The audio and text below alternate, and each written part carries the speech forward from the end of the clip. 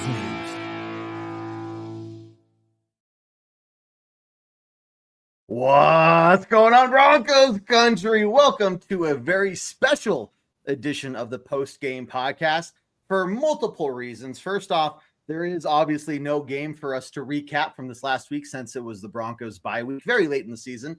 But we're going to make this a season in review show. So basically, if we all think back to the beginning of the season, nobody had the Broncos on their radar in any type of good way. And here we are talking about a potential playoff push.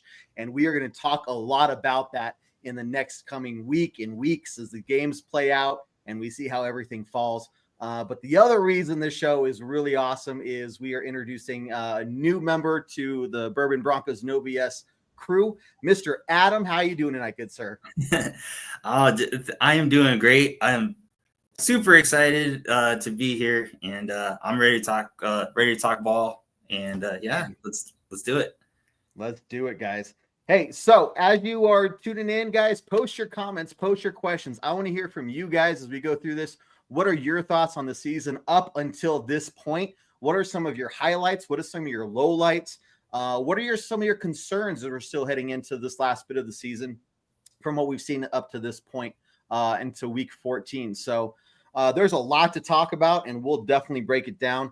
But first off, Paula, how you doing? Good to see you here as always. We are going to just dive on into this, man.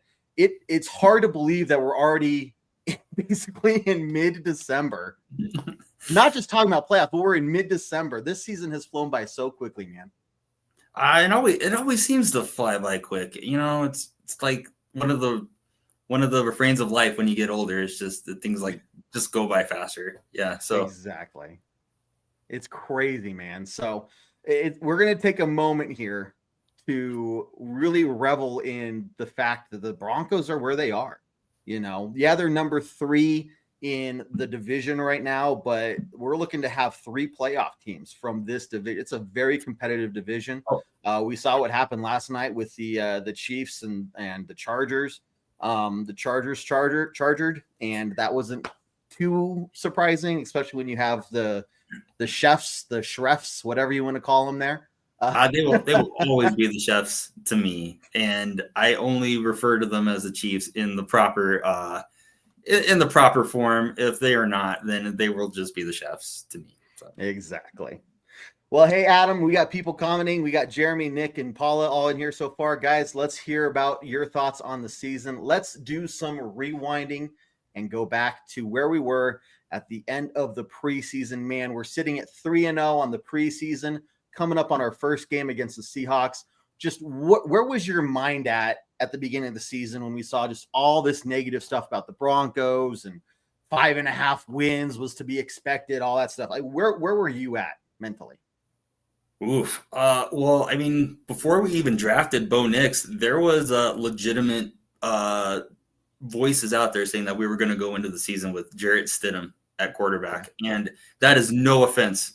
That is no disrespect to Jarrett Stidham. He is in his position where he is for a reason. He probably has more talent in his pinky than I do in my entire body. But if you say that your starting quarterback is Jarrett Stidham, it's then 5 wins is probably being pretty generous. So yeah. So even I was glad that they made Nix earn it in camp, but even going into a season where it did. This was largely the same team that was coming back from last year. They did make some additions, but it still was going to be a younger team. It was going to be a team in salary cap purgatory for at least a couple of years, and there are just no expectations there. And yeah. I thought you saw after the preseason that this was going to be a tough defense. That even when the starters were out there, there was a different speed to them. They looked to be a lot better, and they looked like they kept building on the momentum that they had at the end of the previous season, where they really were playing good ball towards the end of the year last year. In what is it, 23? Yeah. So I probably raised my expectations a little bit after camp, and I was I was about like that. I was like 5 wins, 5, 6 wins, but I thought we were going to be tough. I thought we were going to be a tough out every single time. And I kind of thought that like rookie quarterback, building an offense, I thought that maybe first half of the season, there were going to be some rough patches and maybe some bad losses, but towards the end of the year, we're going to be playing good ball. And it kind of worked out that way a little bit. So it did. The tune of 8-5. I'm a Bronco optimist. I wear the orange glasses, but I did not see 8-5. I didn't see it. No. Especially when, and we'll talk about a couple things here. Nick brings up the point of the running game. And if we go back to the beginning of the season, oddly enough, one of the things I was really big on the beginning of the season was a lot of confidence in our running back room. I looked at this, I really believe Javonte, after having a full offseason, to not just get healthy like he was the year before, but to really build up his strength and make the case that, hey, I am the guy for this team. Yeah. Oh, yeah. I was riding. Plus, I saw the pictures of Estime and just how buff he was and buff he is. And I was like, dude, there's no stopping this run game. But if we want to look at the first just kind of few games in general, Bo Nix was the leading rusher week in and week out for, I'd say, the first 4 or 5 games, man. Yeah. And I mean, it's rookie quarterbacks have a curve, and I am very much like, especially with I am what is it?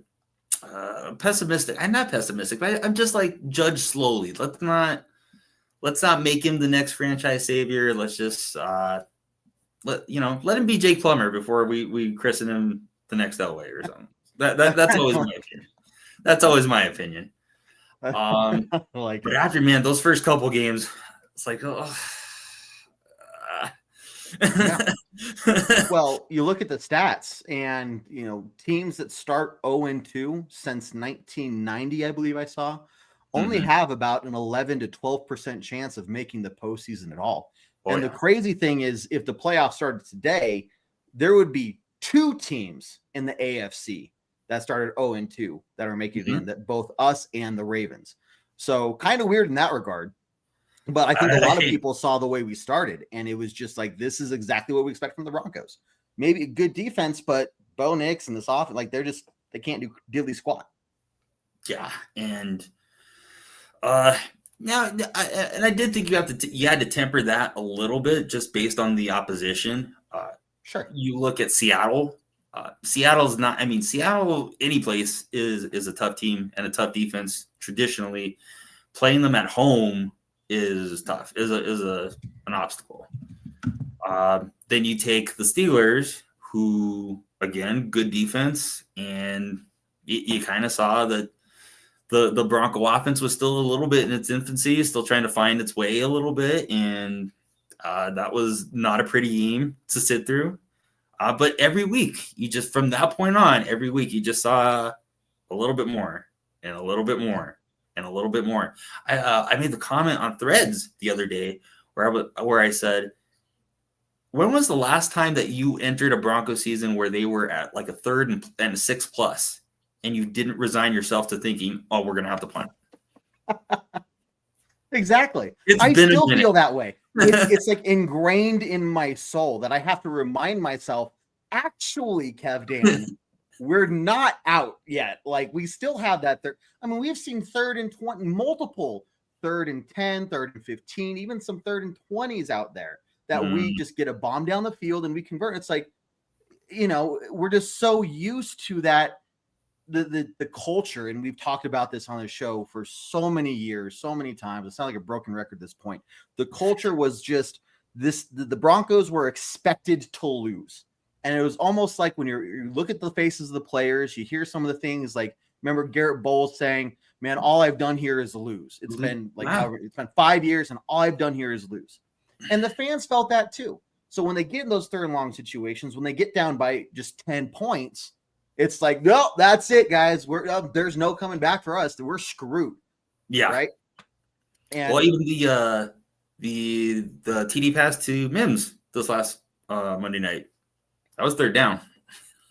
It was third down, backed up in our end zone. And the cool thing is you're talking about going back to the beginning of the season and kind of the progression of Bo Nix and the progression of the offense.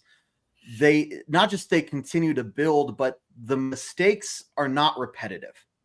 They'll make mistakes in a game, but they really do correct them. And it's what Sean Payton had been saying at the beginning of the season when they were looking at Bo Nix, when they drafted Bo Nix, is this is a guy that will learn quickly. He will not make the same mistakes multiple times. He does grow. He does learn. And the fact he's done so much, he's had so much growth over the course of this whole season really just, amplifies that message and the trust I have in Sean Payton as well. I mean, yeah. How many rookies do you know that are making checks at the line? How many rookies have that kind of? I mean, even that play, you're going to let a rookie quarterback backed up in his own zone drop back into the end zone and make a play. Yeah, trust that. me. I mean, and it was a dime. It wasn't like Mims was wide open down. Oh, no. That ball. And there was, I can't remember, there's one pundit that was still like, Bo Nix isn't good and this game is proof of it. And that ball should have been intercepted. Okay, I get it. It could have been intercepted very easily, but it wasn't because it was placed perfectly where it needed to be. And that was the fourth long. He was either tied or was the fourth longest passing play in all of Broncos history. I was watching it, and it was about the time when like the kiddo goes to sleep. So it was one of those. Yeah. Be quiet. I was loud enough for the both of us at the game. Hey. Okay. So I lost my voice for like a day after. Hey, I wouldn't blame you. I wouldn't blame you even the slightest. Man. Well, let's go back here talking about, as the team improves, and we saw the improvement over the course of the season. Really quickly, Jeremy, use Estime more in the playoffs and Williams in the run game is our best chance, man. We'll definitely talk about that. And we'll see how this run game has progressed over the course of the season as we dive into this. For everybody, just so you know, as we talk about the season up until this point, tomorrow night at 7 p.m. Mountain Time, we'll be live again for our main Bourbon Broncos and OBS show. And that's where David and I are going to be talking more about kind of wrapping up the bye week, things that have happened since the Browns game. But we're really going to be talking about what is this team going to be doing as we make this playoff push. And the run game is going to be a big topic in that. So please, Jeremy, everybody else that's commenting, come back tomorrow night, 7 p.m. Mountain Time, and we'll dive into that a whole lot more in depth. But here we are. We just played the Steelers, and that was a miserable game to be at, man. Not only was it hot, it was so hot. I can imagine. Those. I've been to early season games. I went to the Washington game the previous year, and I sat up. I was like one row up from the top. I scored a half price ticket last minute. Yeah. And I went to the game by myself, and I was like the entire day just sweat just dripping off of me and very uncomfortable. So I can imagine that it was not it was, right. And you can say it's just like a cold game. Like, okay, it's worth me dealing with that if the team shows up to play, but the Broncos only scored 6 freaking points, right?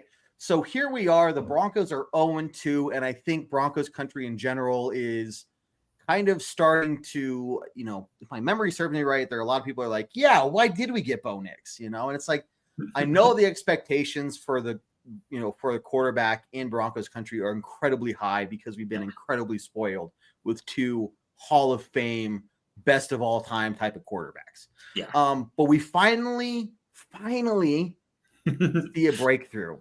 And man, when we went down to play Tampa Bay on the road, I don't think anybody in their right mind really had the Broncos down to win, much less winning 26-7. And I think that was a huge turning point for this team. For me, that game, it was the first drive. that first drive looked crisp, and they were running the ball. They were play actioning the ball. They were forcing the ball down the field.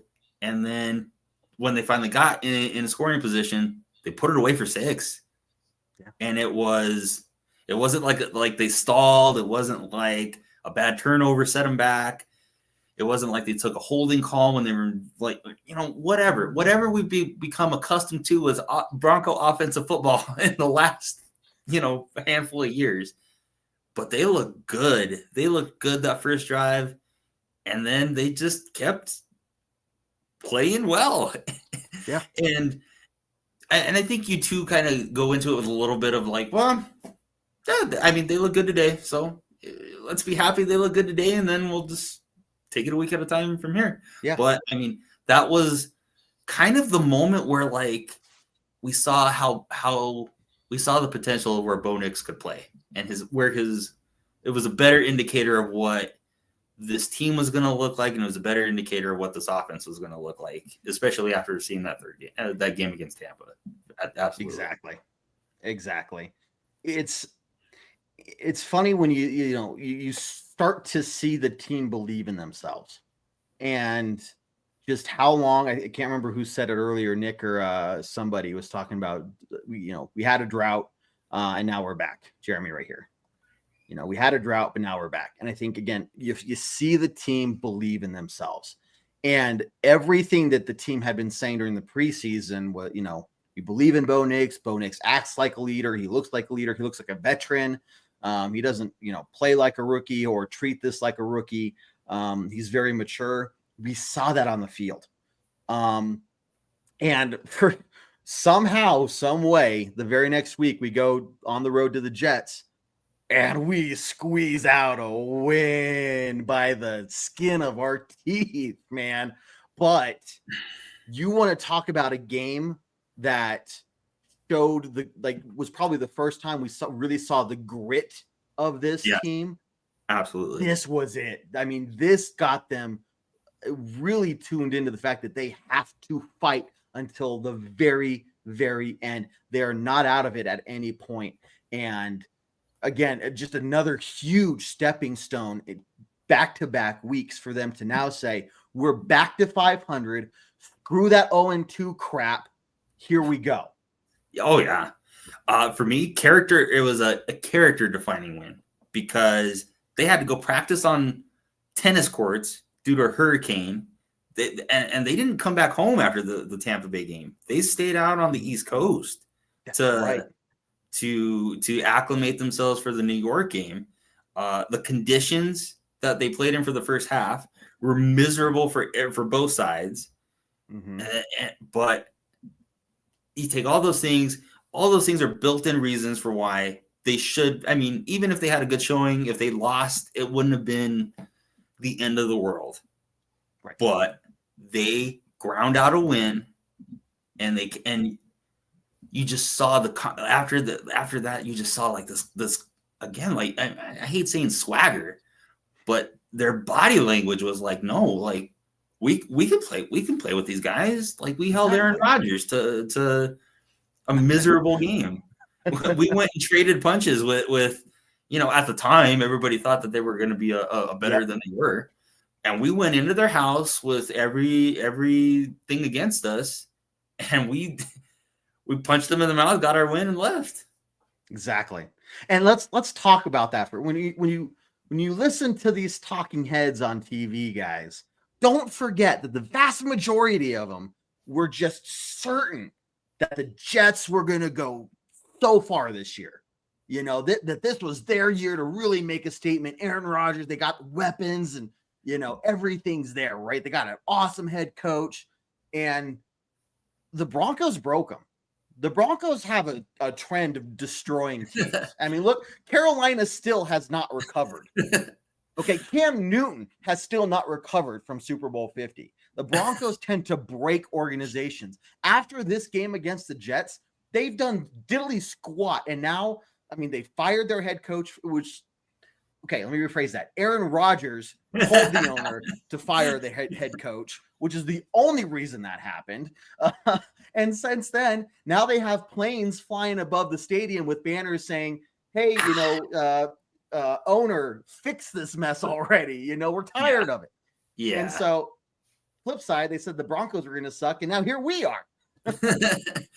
I always like to say, football's crazy, and if anything, it just shows none of us really know what we're talking about, because it can change from week to week. The NFL is probably one of those seasons where seasons can change. I mean, we saw it with the New York game. Seasons can change game to game to game to game. So it's when the euphemism is you're just trying to go 1-0 every week.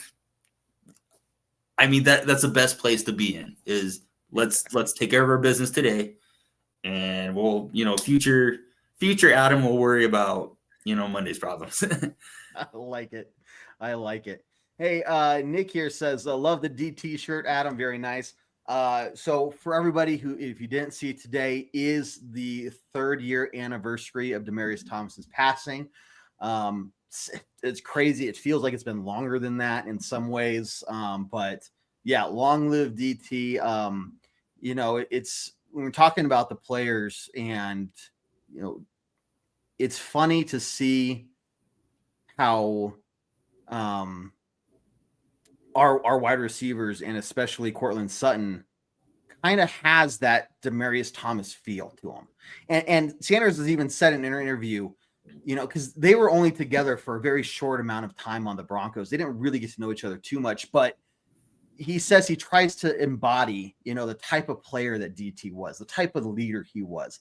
And you see that, man. And I think we're skipping around here a little bit, but for everybody who's worried about, Courtland Sutton leaving the team at the end of the year, I don't think that's going to happen, because he's been with his team through so much. He's had like 8, 9, 10, 12. I don't know how many quarterbacks we've had for the last 9 years. And we're finally seeing success.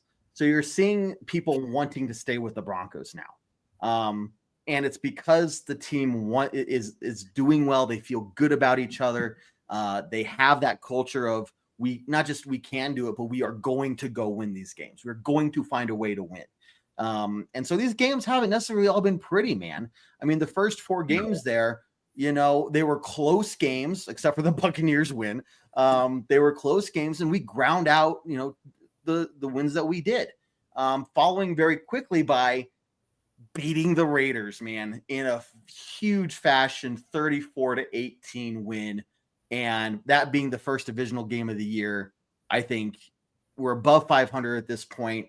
And finally, we're seeing, in Broncos country ourselves, we're seeing a lot of hope and faith in this team as well. I was lucky enough. My brother has season tickets, so I got to go to that game as a birthday present.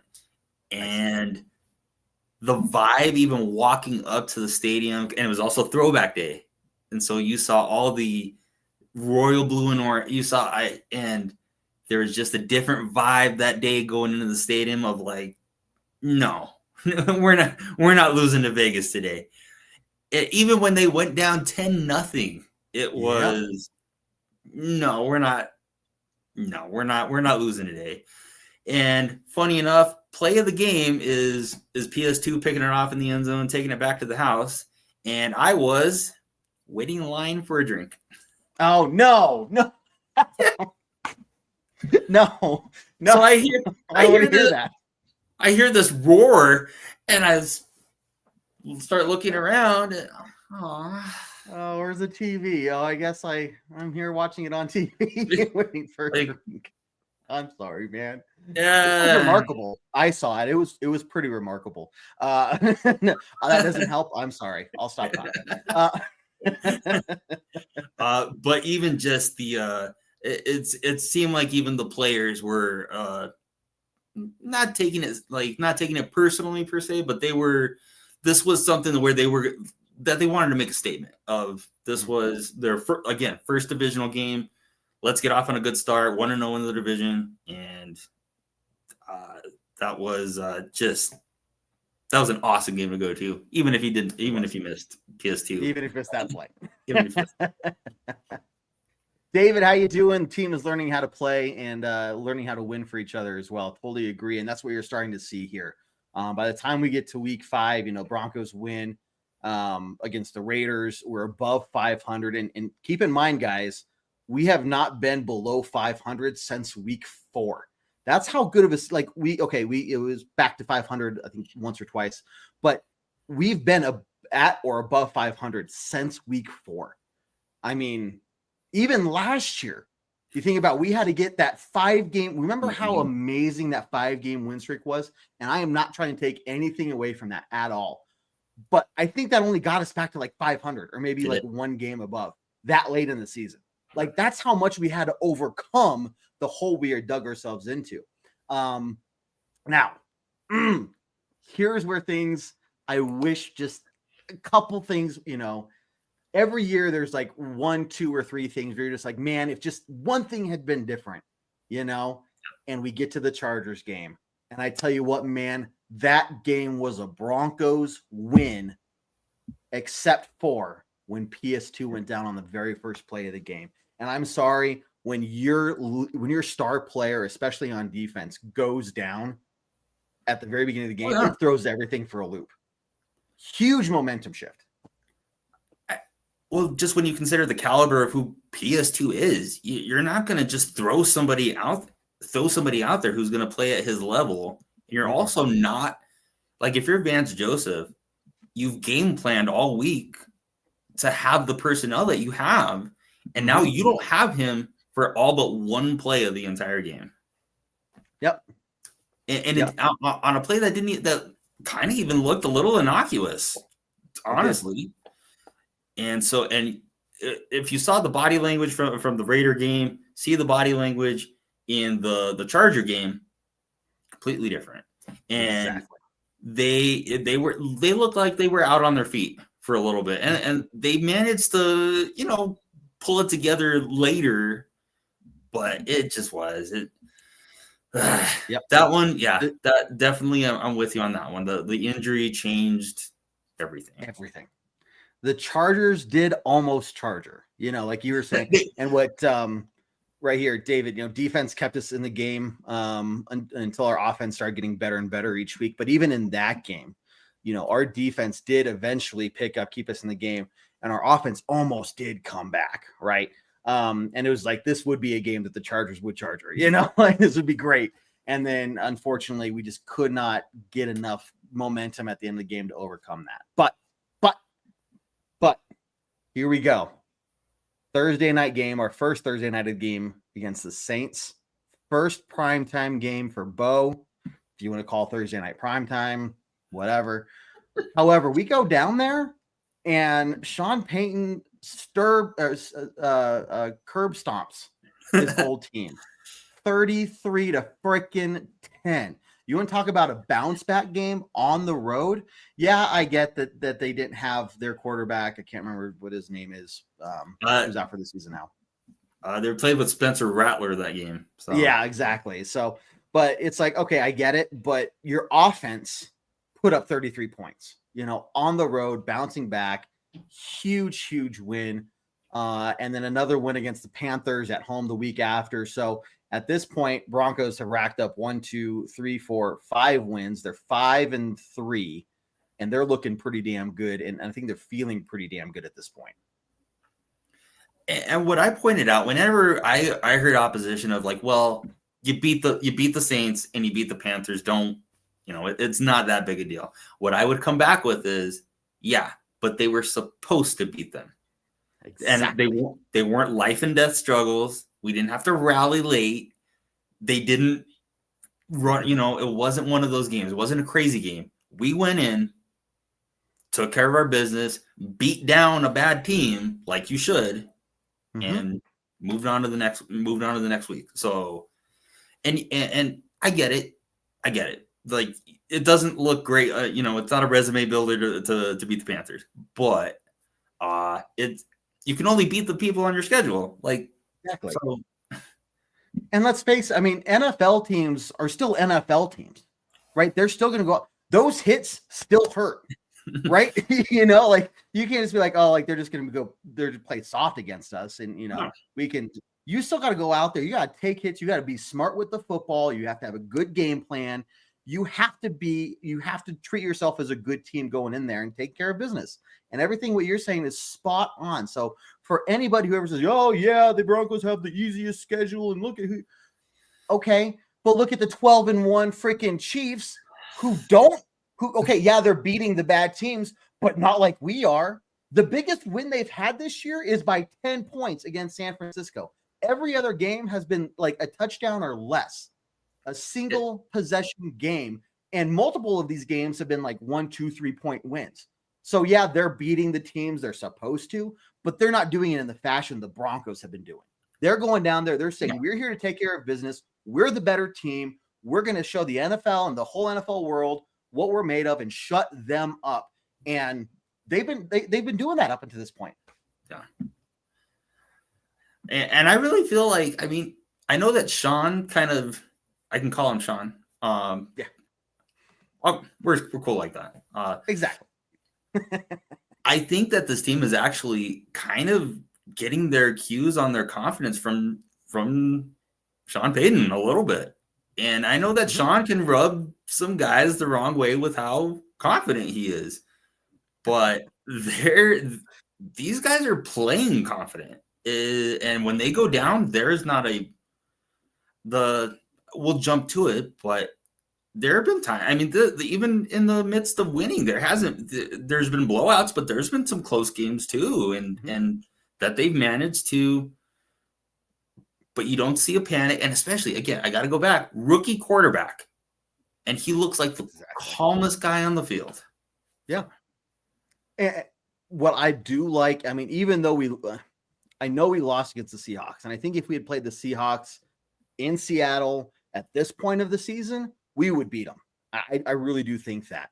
But for Bo Nix in his first NFL game, and he's played in really tough environments before, but when you play in Seattle, that's your first game as an NFL quarterback, like, it was really good for him to experience, because from then on, like, even the Chiefs stadium is like, okay, I've done this before, and it's old news to him.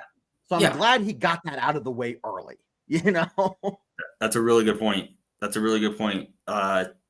Because at that point, when you've already been on the road in the home opener in a hostile place that's designed to get loud, it's not going to get any more difficult. It's not going to, it's not going to get any worse. So yeah.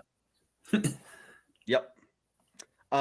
Sean, how you doing? I call him Sean too. It's a Sean thing. Sean stick together. I call him Sean because Sean Payton routinely listens to our show. The whole Broncos.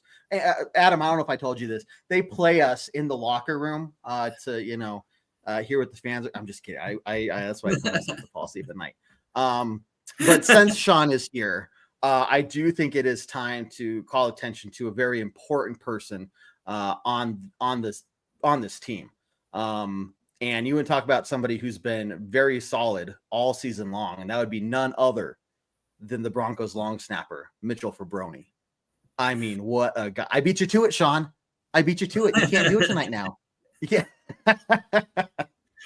Oh, man. Sean loves that guy. I don't know if they're friends or something, but anyway, we'll get back to it. Okay, talking about the Steelers, and this is funny because we might actually see the Steelers again in a potential playoff matchup, depending how things work out. But Steelers fans seem to be very happy with Russell Wilson. I don't know if I mean the cheese factor of the guy, and I'm a cheesy guy. Like I laugh at the cheesiest things, but I mean, this is the guy that's doing high knees on an airplane and bragging about it, right? Like Mr. Unlimited. Okay. I guarantee you guys, you just wait. Russell Wilson will get exposed. And so, Biggie Bronco, I feel your pain, man. Just tell him to wait. You ain't going to win any more Super Bowls because or with Russell Wilson. I don't have any dog in the fight. I'm kind of I have treated this like an ex-girlfriend situation where you break up amicably. And we found a new person and we're doing fine. He found a new person. He's doing fine. And it's one of those. Yeah. I have nothing against the guy. I wish him the best of luck. I just, it'd be nice for him to kind of play like he did in Denver. It's like, where was that? Well, I mean, he's due for a derpy pass again, at least once or twice a game. So, and that's against average defenses. So if we run into him again, I don't have any worry of the. I mean, respect. You respect everybody you play against, but am I losing sleep over the Steelers? Not really. Right. Exactly. Okay, back to the season at hand here, guys. Okay, so we talked about everything up until the Panthers. Broncos are sitting at 5-3. We're feeling pretty good about ourselves. And we have a very bad game against a certain team that we're going to talk about here after halftime, guys. I got some announcements for you, so stick around for the second half of the show. Really quickly, guys, if you missed the Broncos playing this weekend and you missed that championship feeling, I got the cure for you. Just go ahead and call me Dr. Kevdan. Go pick up some of this Breckenridge Distillery championship blend whiskey. If you don't like whiskey, what's wrong with you? But that's okay, to each their own. They also have vodka as well. So guys, go check out Breckenridge Distillery championship blend, 5280 this year. They got a couple different ones, the blue and the orange, slightly different. If you go to the Broncos game, they hand out free samples. You can try them there too. But make sure you check that out. And it's great pairing with a Broncos win, man. It just is icing on the cake. Guys, don't forget about all of the other content here at Bourbon Broncos No BS. We do this show every Monday night, unless the Broncos play Monday night. And we also have Tuesday night, Bourbon Broncos No BS, 7 p.m. Mountain Time. We've been doing that for 9 years now, guys. So stick with us because we're going to keep doing it. And we also got our game day shows as well. 1 hour before kickoff, we got our tailgate talk. Halftime, we are a halftime hash show. That's live. Adam, I know exactly what you do when halftime starts. I know what everybody does when halftime starts. You do this. You pick up your phone and you start checking stuff, right? Well, hey, guys, if you're already doing that, just come on over to the show. Join us, talk about the first half of the game because you're on your phone anyway, and we'd love to see you. Also, don't forget about all the other videos and content we put out throughout the rest of the week on all of our other social medias. So make sure you're following and subscribing, telling your friends about us as well if they're Broncos fans so they can get in on these fun conversations. I think there was something else I was going to say, but I'll get back to it later when it comes back to my memory. Oh, here it is. Guys, we are getting close to the end of the season. Normally, we're thinking about wrapping up the end of the season because it's like, we're out, right? We're not in it. However, we have a lot of great content coming your way. And I don't want to jinx it. So when the Broncos secure their playoff spot, we will be going live that night. If that's Sunday night, if that's Monday night, whatever it is, we will be trying to give you guys as much heads up as possible. So we don't just drop a live show on you out of the blue. But just know that when you see that the Broncos have locked up their playoff spot, we are going to be going live to talk about it, to celebrate with all you guys and enjoy the end of this 9-year drought that we've been experiencing and really just live it up. So make sure you watch out for that. We'll give you guys as much heads up as possible. We also got our end of the year fan appreciation episode, one of our best shows that we do every single year. Tons of free giveaways, Broncos swag, just hanging out with us. We do some like fun games, whatever it is that we do to give away the prizes. Just a fun hour and a half show with you guys, the fans, just showing our appreciation for you. So that normally happens late January. Make sure you watch out for announcements coming up later on. And we will be giving away a Broncos jersey of your choice if you win, brought to you by Centennial State Insurance Agency. So tons of stuff coming up here at Bourbon Broncos and OBS. You are not going to want to miss out. Adam, with that, it is time to get back to the second half of the show. And as I was saying, man, we got brought back down to earth very quickly when we played the Ravens. They smashed our faces into the ground. Hard. And it hurt. It still hurts. Yeah, it very much felt like like you can beat you can beat the Carolinas of the world, but this is what the level is going to be like when you start playing the good teams. And I just felt like it was like one thing compounded another thing, and I know that Sean is a little bit of a gambler, and in those situations I would have liked him not to, but it is what it is. It is what it is. And it's tough because we've had these years of head coaches that were totally inept, no clock management skill. It's like you could tell that the coach didn't have faith in the team. So on one hand, it was like, okay, I'm glad we're being aggressive. I'm glad the coach is showing us faith in the team. But on the other hand, were those the right choices? But of course, if they had worked, we'd be praising Sean Payton going, oh, those were the most amazing calls ever, right? Yeah. But so it's kind of a balancing act of, I get that we want to be aggressive. I get that we want to show that we have faith in our team, faith in our offense going for it on some of those fourth downs. But at the same time, that's really kind of what dug us into such a deep hole that we just couldn't, and then once King Henry starts going, you can't stop him, man. You cannot stop him. What I was really worried about that game is, when those first like 6 carries that Henry has is like, it's like 3 yards, 4 yards. But if you don't contain those, the next 6 carries are when he starts breaking off the 5 yards, the 6 yards, the 7 yards. And then if you can't stop the bleeding there, then they're just going to feed him. He's going to rip off these chunks of yard, and you're not gonna beat the Ravens doing that, playing the Ravens ball. Plus, the Ravens were able to use a lot of max protections, lots of 3-man routes, and Denver didn't have an answer for that. No. Surprisingly, in making it a very physical, in the trenches game that should have suited us against our defense, all credit to the Ravens. They played a great game, and we did not. They did. Ken is right here. Well, first off, Ken says, I think we beat the Ravens again if we play them again, which again, playoffs. Yeah, we'll talk about some of those scenarios tomorrow. David, your question here. We'll talk about this on tomorrow's show, 7 p.m. Mountain Time. Make sure you're there and ask that question again, because we're going to break down the upcoming opponents. But Ken continues to say, look, this is a great point. Man, the Ravens did get embarrassed by the Browns, and when you lose, not just to a team like that, that kind of sucks in general, but a divisional game as well. Yeah, you're going to go out there and be like, that was a fluke. And they're going to do everything they can to show the world that was a fluke. And that's exactly what we just happened to be on the receiving side of that.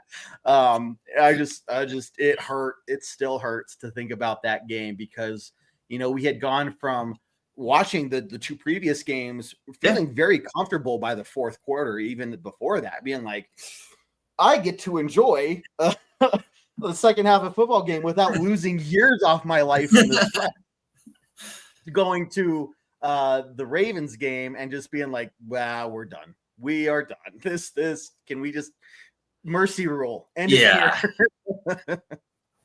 sometimes you're the hammer and sometimes you're the nail. So that's a very good point. And on that particular day, we were the nail. And they were the sledgehammer.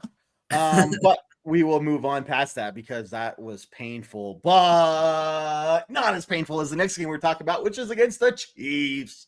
Did something happen? Did something happen?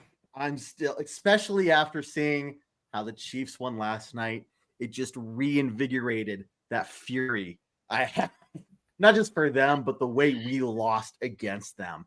And man, they knew that was our weak spot, and they saved that trump card. They hid that up their sleeve for a situation just like that. And that's the weird thing is we talk about all the progression this team has had throughout the course of the year. But this is one thing where actually somebody started going back and looking through the tape, and that was a problem we were having on field goal attempts throughout the whole year. And so how we didn't have any of those field goals blocked before that point, I have no idea. Right. But the Chiefs knew that, and they took full advantage of it. And man, when I heard that ball doink on the upright last night, I knew it would go in for them. And all I could think about was, why couldn't that have been us? Especially the announcer was like, "This reminds me of the Broncos game." Thanks, fucking Collinsworth. Thanks. Dumb shit. You can tell I don't like the guy. Right. But man, that game, you know what? These two games right here, if you kind of link it, liken back to the previous year's team or any of the previous year's teams that we've had, I think after those two losses in a row like that, this team probably would have given up altogether. They would have said, "We've lost to the Chargers. Now we've lost to the Chiefs. We blew it against the Ravens big time.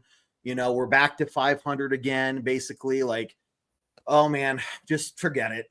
You know, business decision. It's not worth putting my neck on the line again.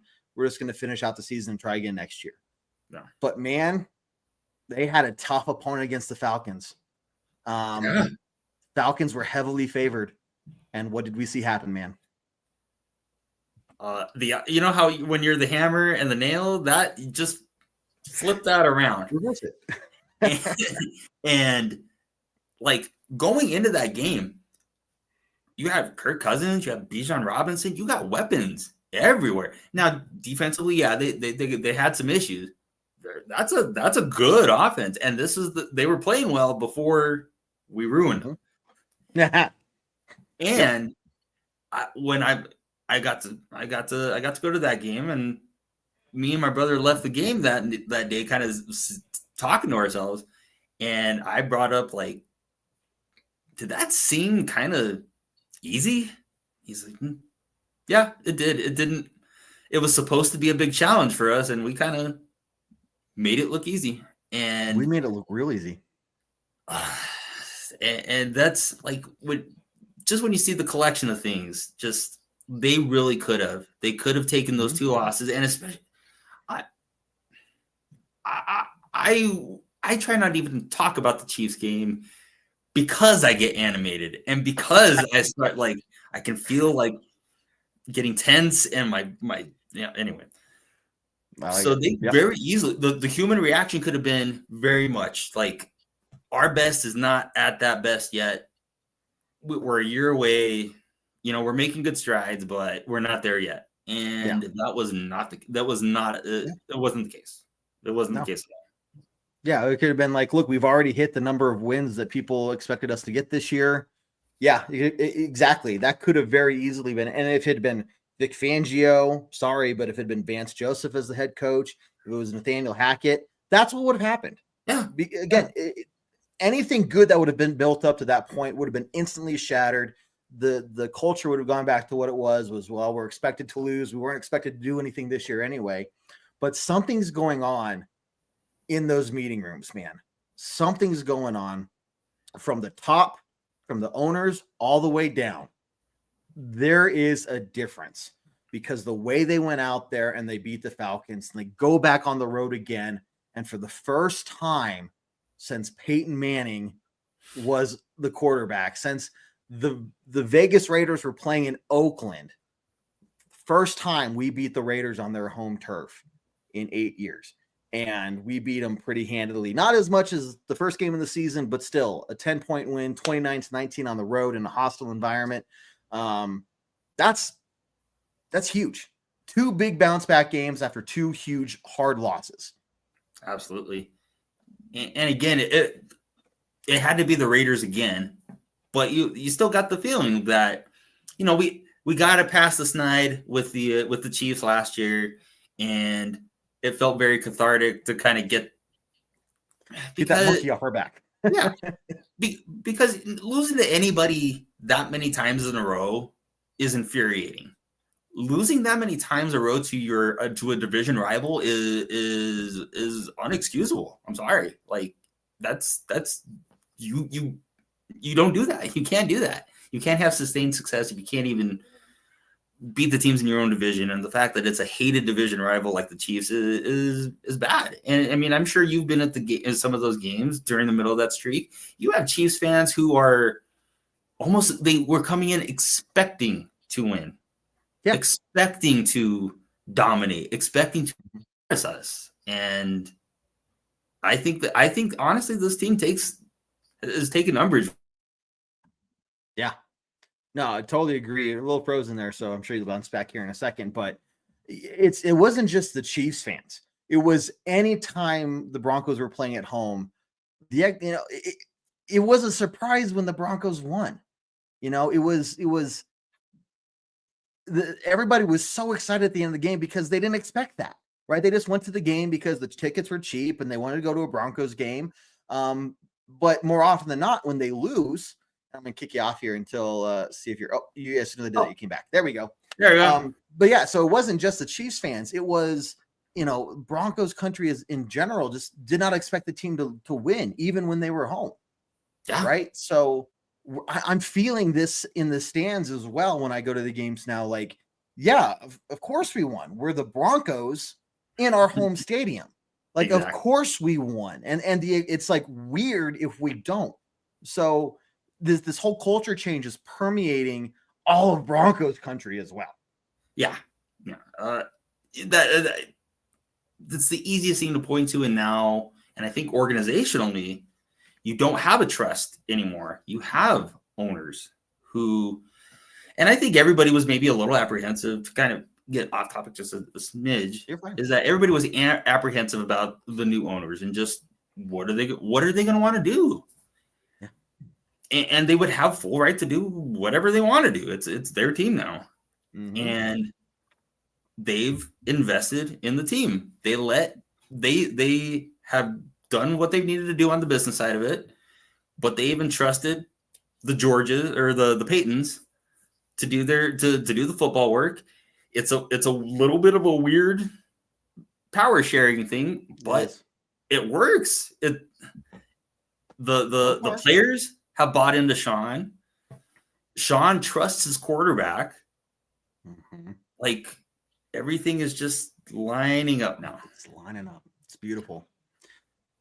And I'm going to say this again, guys, because I don't think we realize how fortunate we are. And I'm not just talking about the Waltons being rich and us being basically the richest franchise by a long shot, by a huge margin. But it's, one of my concerns was, are they going to take a back seat? Are they here to just make more money? Are we going to see an ownership situation that we see like out in Carolina, where the owner is like, hey, coach, you need to run this play, is it going to be weird? But these guys have come in and they took time to learn about not just the organization and what they needed, but they heard Broncos country as well. Yeah. And they've tried to do everything they can to set the team up for success. I mean, they're shelling out $500,000 mid-season to resod and to, resod the whole field, which they don't have to do at all, but they do it because they care.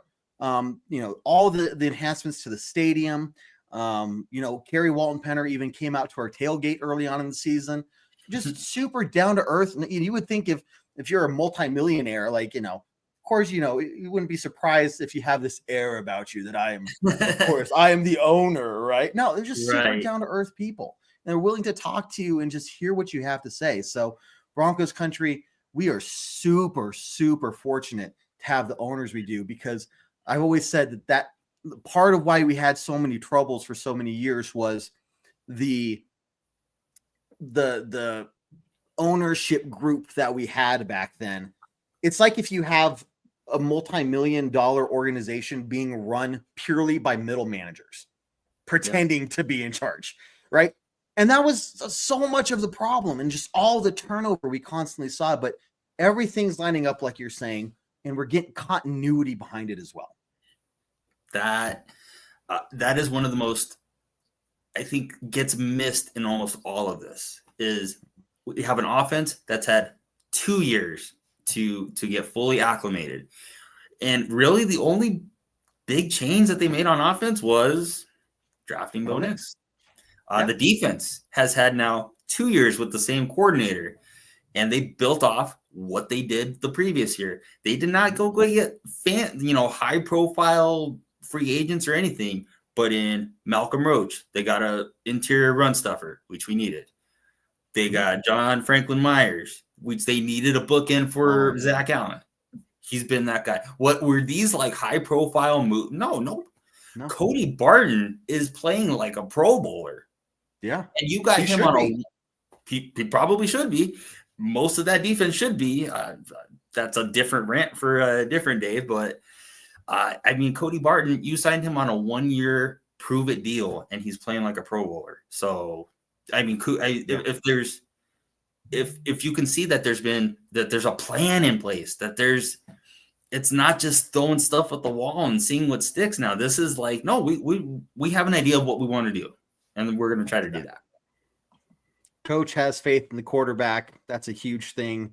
You're right. Sean Payton would not let Russell Wilson do that. I mean, Russ was the sack machine, right? So we're seeing, we don't get to hear the conversations, and I would love to hear some of these conversations, but the actions speak louder than the words. And the words, are, hey, I trust this guy, but then you see him put in action as well. So look, man, Adam, for your first show, we're going to start wrapping it up here. We basically recapped the season all the way to the Browns game, which we've talked ad nauseum about to this point. And don't get me wrong, I'm still high on that game because of how freaking back and forth and crazy it was. It's on the DVR. I may have watched it a couple more times after that. Don't blame you. I watched all the highlights when I got back again just to make sure I really saw them. Well, look, guys, you are not going to want to miss the upcoming content we have for you guys. Everyone who's been here tonight, we've had a great showing of people turning out. And we'll get to some closing thoughts here in a second, so we're not completely done. So stick around. But guys, don't forget, tomorrow night, 7 p.m. Mountain Time, we'll be back with more Broncos content as we really start to look at this playoff picture, at this Colts game coming up, which is really important for both teams, more so the Broncos, just because the Colts are on the outside looking in. But, these are winnable games for us, guys. The Broncos are developing that culture and really solidifying that culture of winning, of coming together, believing in each other. The coaching staff is believing in their teams. They're putting together smart game plans. They're adjusting on the fly as they need to. I mean, they're doing all the things that good football teams are supposed to do. And as long as they keep doing that, guys, we're going to keep finding success. I'm not saying that we're going to make it to the Super Bowl, but with this defense, and you get some sort of run game going, man, it's kind of hard to look at any team and say that is the one team that can definitely beat the Broncos. It's more like the Broncos can definitely keep up with and, have a really good shot at beating pretty much anyone that we're looking at in the AFC coming up here. So, really quickly before we closing thoughts, Paula, thank you very much. Go Broncos indeed. And man, I hope the Colts will be an easy ride. You never know. And I don't want to get ahead of myself. You never know. Never put the cart before the horse. Exactly. Pun may or may not be intended. So I get it. I see what you did there. Adam, thank you very much. Your first time on our show here. Great job. Appreciate all your insight. Hope to have you back on here more regularly. But guys, you're also going to see Adam producing some videos for us. So make sure you look out for his face when you're scrolling through all your content, you're watching your videos. He'll be putting out some stuff for us and getting some other it's not just my face you're going to be seeing, basically, which is maybe a relief to some of you guys. Maybe not. I don't know. So before, I'll do mine first there, Adam. So for me, guys, look, basically it's been a hell of a ride, and the Broncos have done things that just nobody really truly expected them to do. And so, if you did stick with this team, and I'm not, if you kind of like I'm not going to pay attention to these guys right now because they suck for the last 8 years, I don't blame you. But for those of us who have really stuck with this team the past 8 years, like we have doing this show year in and year out, December has not been a fun month for the majority of the time we've been doing this show. But man, here we are, guys. Here we are at the start of something probably really incredible. If Bo Nix can do this in his first year with no real weapons other than Cortland Sutton, if this defense can look the way they do with a bunch of no names outside of PS2, you get this team some more time, some more experience. You win, you get to the playoffs, you even win a playoff game. Players are going to want to come to your organization. Free agents are going to want to maybe even take friendlier deals for a chance at winning not just one, but maybe even multiple championships. And when you get that going, it's kind of really hard to stop that momentum. So, I mean, don't expect to see the Chiefs at the top of the AFC every year. I would say even starting next year, they may very easily get dethroned. So stick with us, guys. It's going to be a fun ride. Adam, closing thoughts over to you, bud. So when I started writing about the team and doing stuff with the team, it was the year right after the Super Bowl. And so I have not had a whole lot of happy experiences to write about and video about. And now it's great for content because there's always something to talk about. But sure. I found the other day, and just talking with the missus and just how happy everybody seems to be. Like, I go to the gym and I'll have on like a Bronco hoodie. I'll have 2 or 3 people ask me. Yeah, I'll have 2 or 3 people ask me, Bo Nix. Yeah. And they want to talk ball. And you're at the grocery store. Somebody just gives you a go Broncos. And it is like, it's a vibe. When this town gets behind the Broncos, and it's always going to be a Broncos town regardless, but when they get behind a team, like, it's palpable. And right now there's something in the air right now. And I hate putting cards, let's not count chickens. Let's not do any of that just yet. But it's like, I'm very much like, it's a good time right now. So soak up the good times. And for everybody out there in Kansas City or who loves the Chiefs, I'm just going to say TikTok. It's not going to be forever. It's not going to be forever. Nope. Get ready for a new sheriff to come into town. Adam, I do have one more question for you. What's up? If you're new to the show, you may not know this. We do have a long-standing running joke, if you will. All right. And that is, are you more of a puffball hat guy, or do you want the visor, or do you want like a manly ball cap here? Like, what team would you say you're on? And there is a right answer here. More so, there's definitely one wrong answer. Oh, man. Uh-oh. I hope I don't have the wrong answer. I am... No pressure. I'm more of a baseball cap guy myself. Okay. I'm a baseball cap, and we all develop weird superstitions during games. It's only weird if it doesn't work. Thank you. Thank you. You're like the only one that still quotes that commercial other than me. So thank you. Hey, that's what I'm here for. I'm here for support. And like when things are going bad, lid gets thrown back, and that's we throw it back. When things are going good, we keep the lid forward. And the older I get, the lazier I get, and I'm very much just a throw a lid on, go outside type of guy now. So I'm a baseball cap guy. As long as you're not on Team Puffball, we can stay friends. I kind of figured Puffball may have been there, so I put some thought into it. Oh, you're good. I didn't tell you about that before the show. So David won't like that, but he's the one who kicked me out of Team Puffball when I was originally there, so I don't care what he thinks anymore. Guys, very great stuff. Appreciate everybody tuning in. Ken, there's a really great point. Refs aren't going to bail them out forever. Eventually, the narrative will change, and the Chiefs will be left to their own actual talents, in which case, I like where that's going. We are going to be back tomorrow night, guys. Like I said, 7 p.m. Mountain Time. Make sure you're there, and let's just keep having fun and enjoying this while it lasts. So it'll be the off season before you know it, but at least we'll have a lot of good things to look forward to. Sean and Ken and Gary and Nick and David, all you guys, Paula, thank you very much for tuning in. Thanks for the comments. Thanks for the shares. You know what, Adam? Didn't tell you this before the show either, but the way we end the show is the same way we do every single time. And that's with a very strong Go Broncos. Let's go Broncos. Take care, guys.